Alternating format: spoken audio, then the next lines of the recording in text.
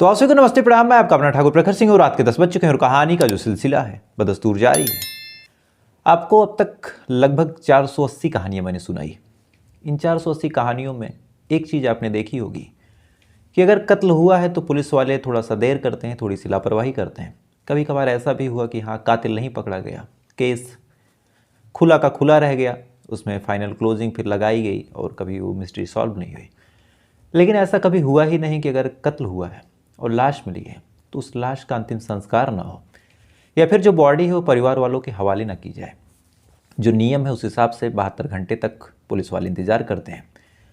बहुत बड़ा कोई मामला हो तो स्पेशल परमिशन के बाद उस बॉडी को कुछ दिन तक प्रिजर्व करके रखा जा सकता है, लेकिन ऐसा तब हो जब बहुत स्पेशल केस हो और बहुत स्पेशल परमिशन मिले। तो इसके अलावा और कोई चारा पुलिस वालों के पास नहीं होता। या तो परिवार वालों को वो बॉडी दे दें, सौंप दें।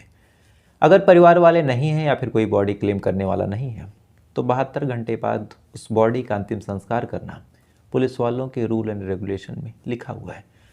लेकिन आज जिस कहानी के साथ मैं आपके सामने हाजिर हुआ हूँ, इस कहानी में कत्ल होता है। पुलिस कातिल को नहीं ढूंढ पाती, परिवार वाले खुद बताते हैं कि फला कातिल है, उसी ने कातिल किया है और उसी की वजह से ऐसी हालत हुई है। लाश खुद परिवार वाले ही पुलिस वालों को बताते हैं कि यहाँ पे लाश मिली है हमारे घर के सदस्य की। पुलिस वाले आते हैं, आने के बाद बॉडी अपने साथ लेके चले जाते हैं पोस्टमार्टम के लिए। और पोस्टमार्टम के बाद जब परिवार वाले कहते हैं कि बॉडी हमें सौंप दो, पुलिस वाले मना कर देते हैं। उसके बाद 40 महीनों तक एक लड़ाई चलती है शासन, प्रशासन, कोर्ट कचहरी और इस मजलूम परिवार के बीच। 40 महीनों तक परिवार वाले एड़िया रगड़ते रहते हैं, न जाने कितनी कोशिशें करते हैं, न जाने कितनी मशक्क़तें करते हैं। कोर्ट कचहरी, आला दर्जे के ऑफिसर सबके पास जाते हैं, मदद की भीख मांगते हैं कि कातिल तो छोड़िए साहब, जो लाश है अगर वो हमें मिल जाए तो हम तो संस्कार कर दें और हमारे घर की उस बच्ची की आत्मा को शांति मिल जाए।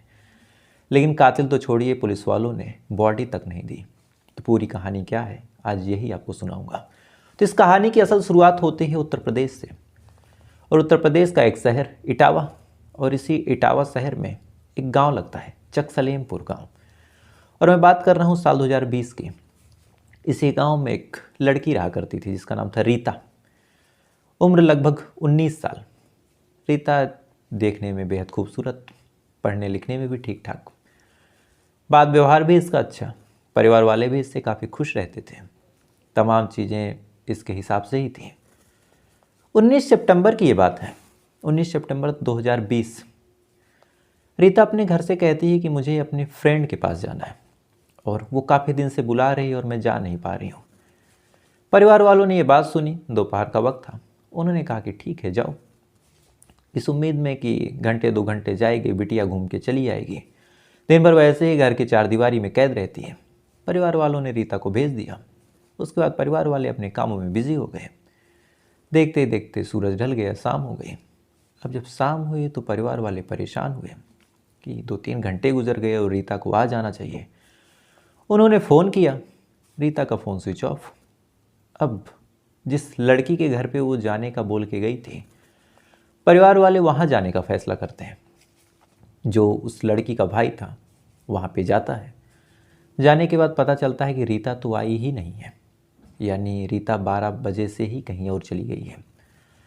अब भाई ये बात जब सुनता है थोड़ा सा नाराज़ होता है, गुस्से में तिलमिला के अपने घर आता है। आने के बाद अपनी माँ को, अपने फादर को तमाम चीज़ें बताता है कि रीता कैसे बोल के गई थी किसी दोस्त के यहाँ जा रही, लेकिन दोस्त के यहाँ नहीं गई, कहीं और चली गई।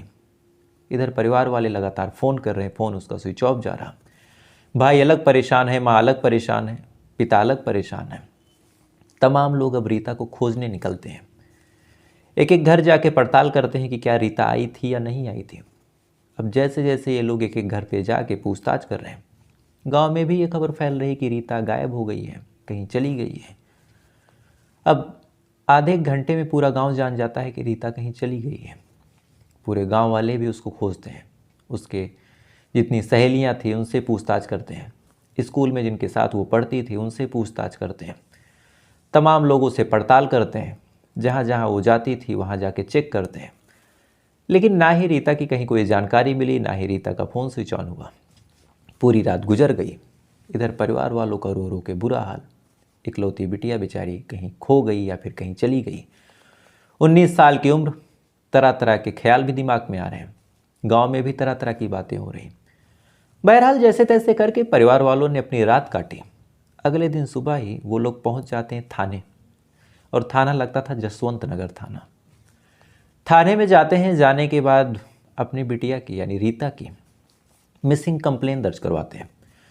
19 सितंबर साल 2020 को ये लड़की गायब हुई थी। 20 सितंबर साल 2020 को इस लड़की की कंप्लेन दर्ज करवा दी जाती है। परिवार वाले पूरा वाकया समझाते हैं, पुलिस वाले पूरा वाकया नोट करते हैं।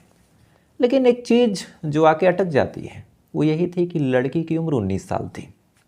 अब 19 साल की लड़की घर से कुछ बोल के निकले कि कहीं जा रही हूँ, वहाँ पहुँचे ना, फिर गायब हो जाए, फ़ोन उसका स्विच ऑफ हो जाए, तो ऐसे में जो सिग्नल जाता है बस एक ही तरफ जाता है कि किसी के साथ भाग गई होगी या फिर कहीं चली गई होगी। पुलिस वालों ने इस मामले को उतनी गंभीरता से लिया नहीं। पुलिस वाले यूं ही बातों को इग्नोर कर देते हैं, आश्वासन दे के परिवार वालों को भेज देते हैं कि ठीक है जाओ, हम खोज देंगे। एक दो लोगों से पूछताछ भी करते हैं, घर वालों से भी पूछते हैं कि क्या किसी से कोई अफेयर वगैरह तो नहीं था। बहरहाल पुलिस वाले मामले को इग्नोर करते हैं। इधर परिवार वाले बेचारे परेशान, अपने तरीके से खोजबीन कर रहे हैं। 2-3 दिन गुजर गए। इधर रीता का कहीं कुछ पता नहीं चल रहा। देखते देखते रिश्ते नाते में भी ये बात फैल गई कि रीता कहीं चली गई है। परिवार वाले इधर ढूंढ रहे हैं। लगभग 7 दिन गुजर गए। 19 सितंबर को ये गायब हुई थी और देखते देखते 26 तारीख आ गई। 26 सितंबर 26 सितंबर को अचानक से एक किसान उसी गांव का अपने बाजरे के खेत में जाता है। बाजरे के खेत में जब वो जाता है तो जाने के बाद उसे अजीब सी बदबू महसूस होती है। अब उसे जब बदबू महसूस हुई, वो अपने खेत के अंदर जाता है तो अंदर उसे एक जला हुआ कंकाल मिलता है। अब जैसे ही कंकाल मिलता है फौरन वो चीख पुकार करता है। आसपास के तमाम लोग इकट्ठा होते हैं। इकट्ठा होने के बाद किसी ने इस परिवार को भी सूचना दी कि तुम्हारे घर की कोई गायब थी और एक कंकाल मिला है। मामला उसी गांव का था। रीता के फादर और भाई जो थे बेचारे भाग के पहुंचते हैं। उसके बाद जब उस कंकाल को देखते हैं तो देखने के बाद रोने लगते हैं, चूँकि ये कंकाल किसी और का नहीं, रीता का ही था। हालांकि जो लाश थी बुरी तरह जल चुकी थी, लेकिन जिस हिसाब से कपड़े थे और हाथ में अंगूठी रीता ने जो पहन रखी थी और एक कड़ा भी रीता पहनती थी और कान में जो बाली थी, इन तमाम चीज़ों से परिवार वालों ने शिनाख्त की कि ये जो बॉडी है ये रीता की ही है। अब रीता की लाश मिल चुकी थी। परिवार वालों ने पुलिस वालों को इत्तला किया कि रीता की डेड बॉडी मिली है, यानी उसका कत्ल किया गया है। पुलिस आती है। आने के बाद बॉडी अपने कब्जे में लेती है। फौरन कत्ल का मुकदमा दर्ज करती है। बॉडी पोस्टमार्टम के लिए लेके जाती है। इधर बॉडी पोस्टमार्टम के लिए गई, इधर परिवार वाले कत्ल का मुकदमा दर्ज करवाते हैं और एक कहानी सुनाते हैं। दरअसल परिवार वाले बताते हैं कि जो रीता थी बगल के एक राजकुमार नाम के लड़के से बात करती थी। राजकुमार दूसरी जात का था, रीता दूसरी जात की थी। इधर राजकुमार जो था शादीशुदा भी था।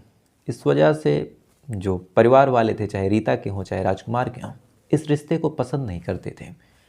लेकिन राजकुमार हो चाहे रीता हो, एक दूसरे को छोड़ने को तैयार नहीं थे। लगातार बातचीत भी हो रही थी, लगातार एक दूसरे से मिलते जुलते भी रहते थे।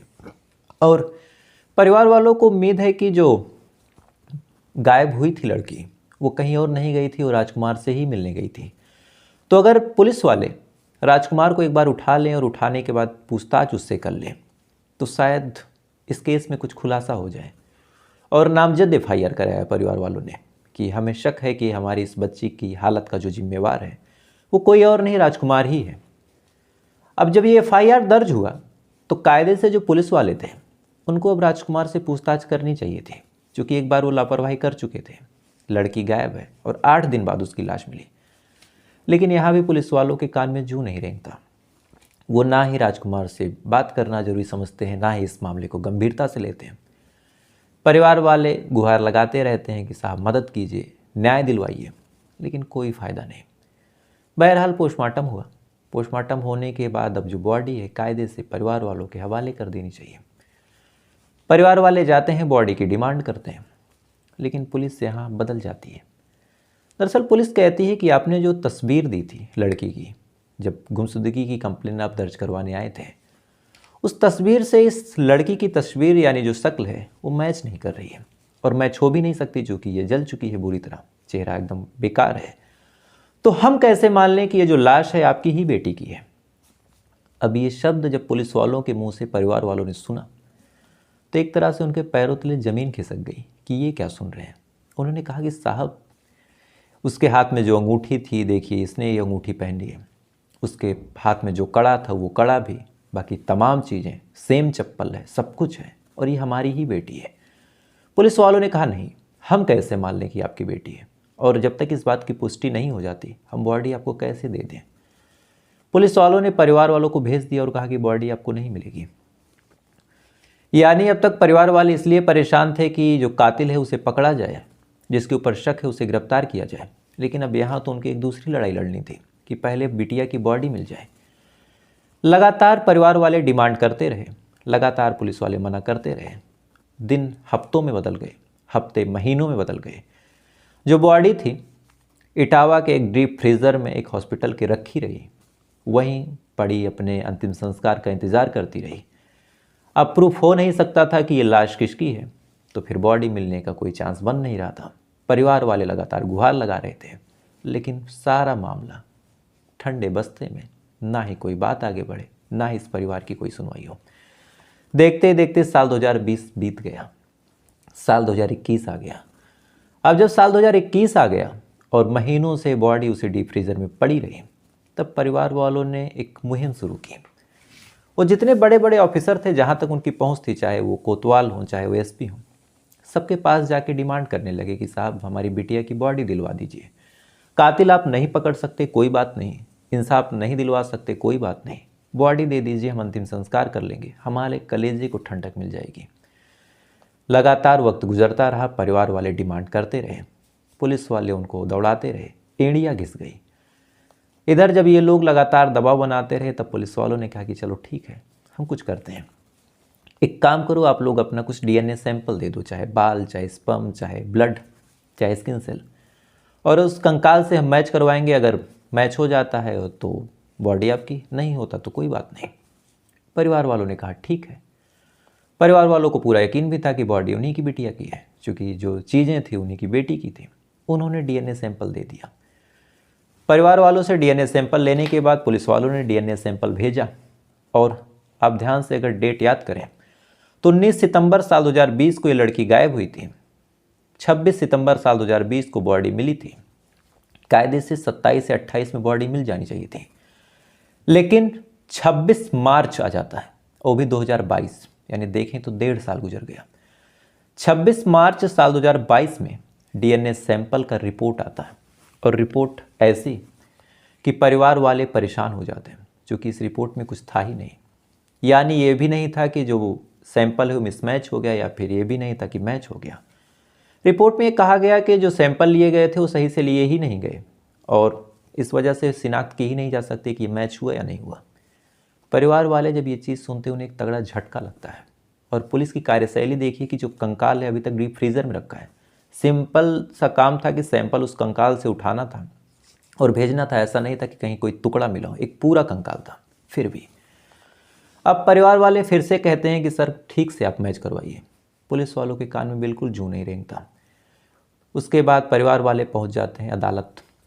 अदालत में जाने के बाद इस मामले को जब रखते हैं हाई कोर्ट में, तो हाई कोर्ट में रखने के बाद जब कोर्ट वाले ये बात सुनते हैं, यानी जज साहब जब ये बात सुनते हैं, तो वो भी हैरान हो जाते हैं, क्योंकि जो लीगल प्रोसीजर है उस हिसाब से एक कंकाल को या फिर एक किसी बॉडी को 72 घंटे, या फिर बहुत स्पेशल केस हो तो चलिए हफ्ते भर आप रख लीजिए, उससे कुछ अगर बेनिफिट हो तो। लेकिन यहाँ 2 सालों से आप लगातार बॉडी प्रिजर्व करके रखें, वो भी कंकाल, ऐसा कैसे? हाई कोर्ट ने जब ये बात सुनी तो उन्होंने पुलिस वालों को फटकार लगाई और कहा कि जल्द से जल्द इस केस का निपटारा कीजिए और जो बॉडी है उसका सैंपल सही से करवाइए। अब कोर्ट का आदेश हुआ, कायदे से अब पुलिस वाले थोड़ा सा हिल-डुल ले, लेकिन पुलिस तो पुलिस, कोर्ट का भी आदेश उन्होंने इग्नोर मार दिया। पुलिस का आदेश था तो उन्होंने डीएनए सैंपल लिया, और ये डीएनए सैंपल लिया अगस्त महीने में। अगस्त महीने में साल 2022 में जब ये डीएनए सैंपल लिया, लेने के बाद फिर से भेजा, तो वहाँ से जो रिपोर्ट आई उस रिपोर्ट में भी यही कहा गया कि जो डीएनए उठाने का तरीका है वो भी ऐसा है कि डीएनए टेस्ट कराया ही नहीं जा सकता। यानी 2-2 बार पुलिस वालों ने डीएनए भेजा और 2 बार परिवार वालों ने अपना डीएनए दिया कि शायद कुछ फैसला हो जाए, लेकिन भेजने से लेके जो रखरखाव का तरीका था उसको इतना मिसमैच कर दिया कि डीएनए वहाँ पे हॉस्पिटल में मैच करवा ही नहीं सकते थे। अब ये चीज़ जब परिवार वाले सुनते हैं, बेचारे टूटते हैं। एक बाप, एक माँ, एक भाई अपनी बहन, अपनी बेटी के लिए लगातार इस चक्कर में थे कि बस बॉडी मिल जाए तो हम अंतिम संस्कार कर लें। 2 साल से ज़्यादा का वक्त गुजरा जा चुका था। 2 साल से वो कंकाल एक फ्रिज में, डीप फ्रीज़र में अपनी अंतिम क्रिया का इंतज़ार कर रहा था, चीख चीख के गुहार लगा रहा था। परिवार वाले आला दर्जे अफसरों के पैर पकड़ रहे थे कि साहब बॉडी दे दीजिए। कोर्ट का दरवाज़ा खटखटा चुके थे, कहीं से कुछ मिल रहा नहीं था। अंत में साल 2023 आ जाता है और साल 2023 के लास्ट में सोचिए आप, ये लड़ाई कितने दिन चली। 3 साल से ज़्यादा का वक्त गुजर चुका। साल 2023 के लास्ट में अंत में जो परिवार वाले थे, वहाँ के जो वरिष्ठ अधीक्षक हैं संजय कुमार, उनके पास जाते हैं। उनको जब ये पूरा मामला समझाते हैं, तब संजय कुमार जो एसपी सिटी थे कपिल देव सिंह, उनको आदेश देते हैं। कहते हैं कि इस केस में फिर से आप काम कीजिए और मुझे खुद रिपोर्ट तलब कीजिए कि इसमें हुआ क्या है। अब एसपी सिटी जब ये बात सुनते हैं कपिल देव सिंह, तो फिर से डीएनए सैंपल के लिए भिजवाते हैं। हैदराबाद रिपोर्ट जाती है और फाइनली कई महीनों बाद अब जब रिपोर्ट आई है, तो इस रिपोर्ट में ये कहा गया कि जो लाश थी वो किसी और की नहीं, इन्हीं की बेटी रीता की थी। यानी 40 महीने बाद अब परिवार वाले कंकाल पाएंगे। ये रिपोर्ट आई।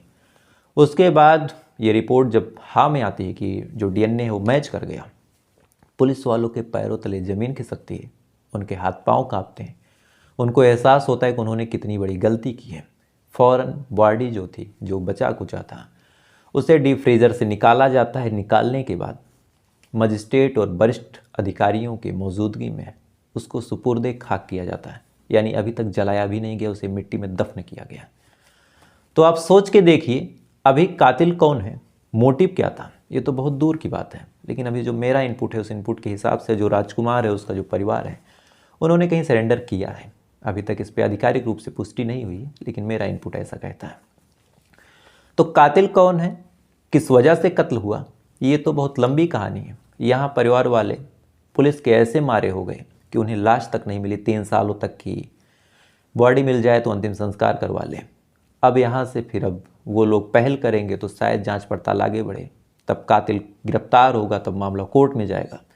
और जिस हिसाब से पुलिस वाले बचा रहे थे, उस हिसाब से लगता भी नहीं कि कोई चार्जशीट ठीक ठाक बन पाएगी। तो अजीब सी विडंबना है हमारे देश के इस लचर पुलिस व्यवस्था की। कभी कभार दुख भी होता है कि ऐसे लोग हमारे ऊपर राज कर रहे हैं। तो फिलहाल ये थी पूरी कहानी। अब आते हैं कल के सवाल जवाब के सिलसिले पे। और कल का मेरा सवाल था कि आमतौर पे जो ओमिटिक होती है, यानी उल्टी शुद्ध हिंदी में कहा जाए, तो उससे हम लोग घिन करते हैं, उसे पसंद नहीं करते, बेकार बेस्ट प्रोडक्ट है। लेकिन एक जानवर ऐसा है जिसकी उल्टी बड़ी महंगी मानी जाती है। तो दरअसल इसका जवाब है व्हेल मछली। और ये कहा जाता है कि किसी को अगर खजाना ढूंढना हो समुद्र में, तो बस व्हेल मछली की उल्टी ढूंढ ले, जो कि बहुत महंगी होती है। जो इसका जो उपयोग है वो महंगे महंगे बेहद ब्रांडेड, यानी आप जा सकते हैं गुच्ची में, जिमिजू में, वर्साचे में, ऐसे महंगे परफ्यूमों में इनका यूज़ होता है। इस वजह से ये महंगी भी है। और इस सवाल का जो सही जवाब दिया है वो आशु गुप्ता जी हैं, सूर्य यादव जी हैं, अथर्व नायक जी हैं, श्याम बहादुर जी हैं, मयंक जी हैं, संदीप जी हैं, अनुज शुक्ला जी हैं, राहुल कुमार जी हैं, सैयद गुड्डू जी हैं, सुनील कुमार जी हैं, आरती मंगोलकर जी हैं, बड़े दिनों बाद इन्होंने कमेंट किया, अरुण कुमार त्यागी जी हैं, कौस्तुभ दीक्षित जी हैं, हीरालाल जी हैं, और असलम खान जी हैं, तेजस मिश्रा जी हैं, सकत्तर सिंह जी हैं, पदम जी हैं नेपाल से, राज सोनी जी हैं, और सुधीर सिंह जी हैं। तो आप तमाम लोगों ने बिल्कुल सही जवाब दिया। तो आप तमाम लोगों को दिल से शुभकामनाएं। ऐसे ही अपना ज्ञान बढ़ाइए, हम सबका ज्ञान बढ़ाइए। कुछ ना कुछ रोज़ हम लोग सीखते हैं, एक मैसेज भी मिलता है कहानियों के माध्यम से। अब आते हैं आज के सवाल पे। और आज का मेरा सवाल और थोड़ा सा आपको चौंकाएगा। कल का मेरा सवाल था कि किस जानवर की जो ओमिट यानी उल्टी होती है वो महंगी होती है, क्यों होती है, कितनी महंगी होती है। अब आज का मेरा सवाल है कि एक ऐसा जानवर है जिसके मल को बहुत महंगे में बेचा जाता है। और एक ख़ास चीज़ बताऊं कि उसके मल को हम लोग पीने खाने में भी इस्तेमाल करते हैं, उसके मल से निकली कुछ चीज़ों को, और रेगुलर करते हैं और काफ़ी महंगे में करते हैं और जानने के बाद भी करते हैं। तो सुनने में बड़ा अजीब लग रहा होगा, लेकिन ऐसा सच में एक जानवर है। तो ऐसा कौन सा जानवर है, अगर आपको पता हो तो कमेंट करके बता दीजिएगा, नहीं तो कोई बात नहीं। और ऐसी वीडियो देखने के लिए वीडियो को लाइक करके, चैनल को सब्सक्राइब करके अपना प्यार दीजिएगा। तो आपसे कल फिर मुलाकात हुई किसी दूसरी सच्ची कहानी के साथ। तब तक अच्छे रहिएगा, खुश रहिएगा, अपना ख्याल रखिएगा, अपने देश का ख्याल रखिएगा। जय हिंद, वंदे मातरम।